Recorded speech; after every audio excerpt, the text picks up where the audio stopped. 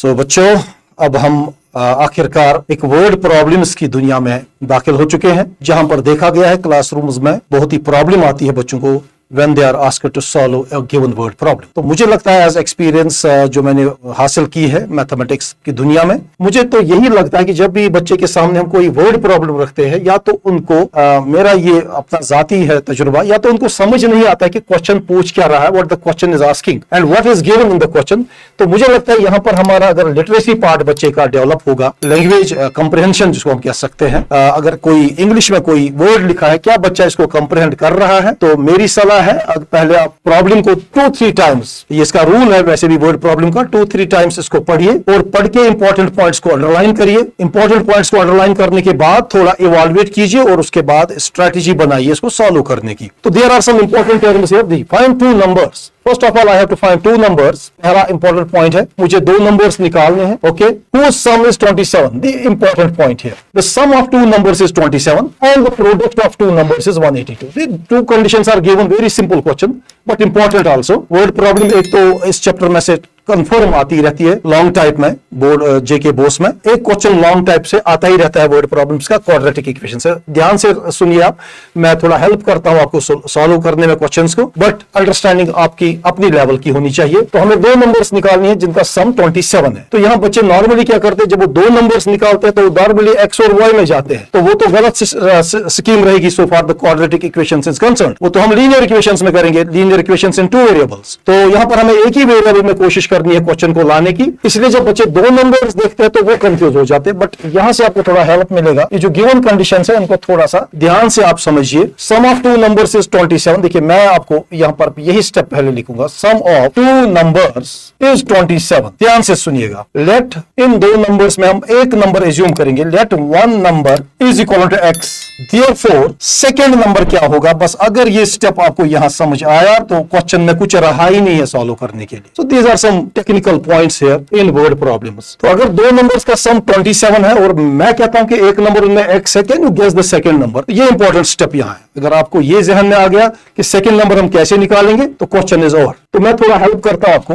For example 2 numbers का सम 10 है। गौर से देखिएगा, सिचुएशन क्रिएट कर रहा हूं मैं। 2 नंबर्स का सम 10 है और उनमें से एक 8 है। थोड़ा सा मैं आपको प्रॉम्प्ट देने की कोशिश कर रहा हूं यहां। If sum of 2 numbers is 10 and 1 number is 8, can you guess the second number. Definitely बच्चे गेस करेंगे सर सेकंड नंबर इज 2। तो मगर यहां हम टेक्निकली समझेंगे सेकंड नंबर आया कहां से 2। If you shift this 8 to that side RHS, तो दैट विल बी 10 - 8। यहां गौर से देखिएगा आप, बस यही हमारा असल में मुद्दा मकसद सिखाने का है कि जब भी 2 नंबर्स का सम दिया होगा कोई भी नंबर, तो अगर एक नंबर हम उनमें से, सपोज यहाँ 8 की जगह x लिखा था मैंने, अगर आप इस क्वेश्चन में गौर से देखेंगे तो मुझे दूसरा निकालना था, तो हम क्या करेंगे, यहाँ इस x को वहां शिफ्ट करिएगा, 10 - x बन जाएगा। तो डेफिनेटली वही चीज हम यहाँ करेंगे। टोटल सम 27 था minus the first number, this gives me the second number. This is very important step here. 2 numbers का सम 27 है, एक नंबर अगर x है तो दूसरा 27 - x होता है। सेम उसी तरह अगर 2 नंबर्स का सम 10 है और अगर उनमें से एक नंबर 8 है तो दूसरा 10 - 8 होगा। तो इसी तरह से अगर एक नंबर x है तो 10 - x होगा। Similarly here, the sum is not 10, it is 27 here as per the given condition. तो 27 - x will be by second number. इसके बाद आप क्वेश्चन का सेकंड पार्ट देखिए, गिवन। यहाँ देखिए प्रोडक्ट है उन 2 नंबर्स का 182। ये सम में से मैंने ये सिचुएशन निकाली है 2 नंबर्स की। अब हम यूज करेंगे सेकंड लॉजिक। क्वेश्चन में गिवन है प्रोडक्ट, इन 2 नंबर्स का प्रोडक्ट है 182। यहां से आपकी सिचुएशन तैयार हो जाएगी। देखिए तो प्रोडक्ट किसका लेना है, 2 नंबर्स का। अब मेरे पास पहला नंबर x है और आपने देखा यहाँ सेकंड नंबर हमारा 27 - x। जो भी सम होगा minus first number, that gives it, that comes out to be 182। Simply एक सिचुएशन बन गई है। आप इसको सिंपली ब्रैकेट्स ओपन करिए, 27 times x is 27x minus x times x is x square equals to 182। आप देखिए यहाँ ये डिग्री 2 में क्वेश्चन आ चुका है, दैट मींस एक क्वाड्रेटिक इक्वेशन बन चुकी है। अब हम इसको थोड़ा सा फॉर्मेट देंगे क्वाड्रेटिक फॉर्म का, जो ax square plus bx plus c होता है। अगर हम इस माइनस x स्क्वायर को शिफ्ट करेंगे उस टर्म में, देखिए माइनस x स्क्वायर वहां शिफ्ट होकर प्लस x स्क्वायर बनेगा। ओके, उसके बाद यहां आइए आप ये 27x वहां शिफ्ट कीजिए, प्लस 27x वहां शिफ्ट होके माइनस 27x बन जाएगा, और वहां पर अपना जो था 182 था, तो देखिए ये आपकी एक अच्छी खासी क्वाड्रेटिक इक्वेशन तैयार हो गई। मैंने इस स्टेप में कुछ नहीं किया, मैंने -x² को भी वहां भेजा और 27x को भी RHS में भेजा। तो फाइनली मेरे पास एक क्वाड्रेटिक फॉर्म आ गया है। उसके बाद आपने अभी पहले क्वेश्चन में भी कुछ वीडियोस पहले आपने देखा होगा कि हम किस तरह इसको स्प्लिट करते हैं मिडिल टर्म को। कौन से दो नंबर्स में लिखूंगा इंस्टेड ऑफ 27, हम इसको यूज करेंगे फैक्टर मेथड ही यहाँ पर, ताकि हमें पूरा एक्सरसाइज एक ही मेथड से समझ आएगा। तो what is my number, x² का पहला नंबर है 1, जैसे आपने पहले वीडियो में भी देखा होगा, फर्स्ट क्वेश्चन में भी a और c का हम प्रोडक्ट निकालते हैं। तो 182 टाइम्स 1 इज 182। तो what you have to do now, इस 182 के पॉसिबल फैक्टर्स लिखने हैं। तो यहाँ पर थोड़ा पेशेंट आपको रहना पड़ेगा, क्योंकि कभी कभी किसी पार्ट में बहुत सारे फैक्टर्स आते हैं, तो बच्चे नॉर्मली 2-3 फैक्टर निकाल के क्वेश्चन को छोड़ देते हैं, स्किप करते हैं। शायद उनको लगता है कि हमारी पेशेंस से बाहर है ये पॉइंट, मगर रूल वही है जो पहले क्वेश्चन में आप यूज कर चुके हैं। So what is the first factor of 182? It is 1 into 182। 2 से अगर इसको मल्टीप्लाई करेंगे तो इट इज 2 times 91। 3 से इसका तो होगा नहीं, बिकॉज 3 बाय डिविजिबिलिटी टेस्ट अगर हम लगेंगे, 8 + 2 is 10, 10 + 1 is 11, नो। 4 से 4 times 4 is 16, नो। 5 से भी नहीं होगा, 6 से भी नहीं हो रहा है, 7 से हम चेक करेंगे इसका। ये आपको एक एक करके, even though calculators are allowed in board exams, but यहाँ पर अगर आप डायरेक्टली भी देखेंगे एक एक फैक्टर निकाल के, कोई मसला नहीं है। 4 से इसको होगा, 4 times 4 is 16, it will be 22, no. तो 6 से चेक करेंगे, उससे भी नहीं हो रहा है, 6 times 3 is 18, ओके। तो 7 से देखेंगे, हम आगे आगे आपको बढ़ना है, यहां पर आपको हथियार बिल्कुल नहीं छोड़ने हैं। 7 times 2 is 14, ओके।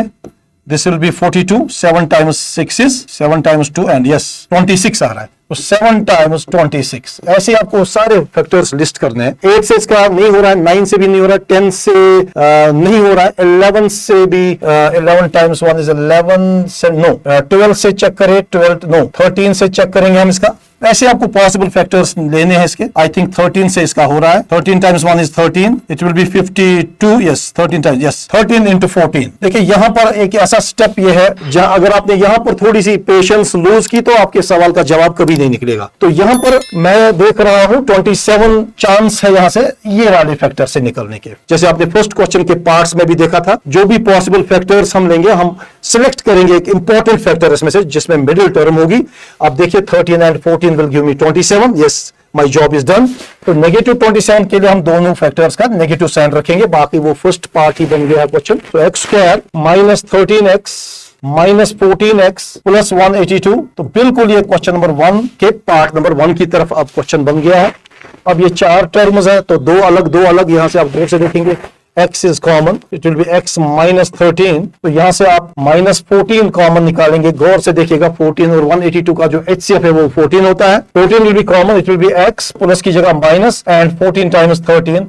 वैसे भी मैं इतना जल्दी कैसे लिख सकता हूं 14 कॉमन, क्योंकि मैंने आपको एक स्पेशल स्टेप फर्स्ट क्वेश्चन में बताया था कि जो इस ब्रैकेट की टर्म और इस ब्रैकेट की टर्म होती है वो हमेशा सेम आनी ही चाहिए। तो फर्स्ट फैक्टर हमारा x minus 13 निकला है, it is common, and second factor हमारा x minus 14 बन चुका है, इक्वल्स टू 0। उसके बाद आपको स्टेप बताइए ईदर और how to get the values of x। तो या तो हम पहले फैक्टर x minus 13 को 0 के बराबर पुट करते हैं, या तो x minus 14 को हम 0 के बराबर पुट करेंगे। तो यहां से मेरा एक फैक्टर x का वैल्यू 13 आ रहा है, तो दूसरा वैल्यू मेरा x का 14 आ रहा है। तो ये मेरे वो पॉसिबल वैल्यूज। देखिए यहां पर भी बच्चे अब कंफ्यूज लास्ट में होते हैं।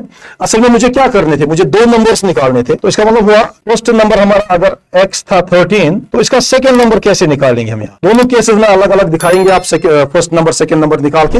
तो सेकंड नंबर बोला था 27 minus x, अगर आपको गौर से होगा पता, तो 27 minus 13 करके, तो माई सेकंड नंबर इज 14। ऐसे फर्स्ट केस को हम अलग सॉल्व करेंगे। तो यहां से देखिए फर्स्ट नंबर क्या है मेरा, फर्स्ट नंबर यहां से हमारा x निकला है 14, तो सेकंड नंबर हमारा था 27 minus x, that is 27 minus 14 which is 13। घुमा फिरा कर वो 13 और 14 ही बन रहे, but it is better to show अलग अलग केसेस में अपने दो नंबर्स आप निकालेंगे। सो इस क्वेश्चन में आपने इसमें बड़ा इंपॉर्टेंट कॉन्सेप्ट यही था कि हमें दो नंबर्स का सम दिया गया था 27 और उनका प्रोडक्ट था 182। तो how you select the two numbers, x and y को आप अवॉइड करेंगे बिकॉज हम linear equation in two variables नहीं पढ़ रहे हैं। क्वाड्रेटिक इक्वेशंस में हमें एक ही वेरिएबल यूज करना होता है। तो यहां पर टोटल सम में से हमें सेकंड नंबर निकालने में मदद मिलता है। टोटल सम में से आप फर्स्ट नंबर को माइनस करेंगे, वहां से आपका सेकंड नंबर निकलेगा। तो इसको आप प्रैक्टिस में जरूर लाएंगे। मिलते हैं आपसे नेक्स्ट क्वेश्चन में वर्ड प्रॉब्लम के साथ, quadratic equation exercise 4.2। All the best.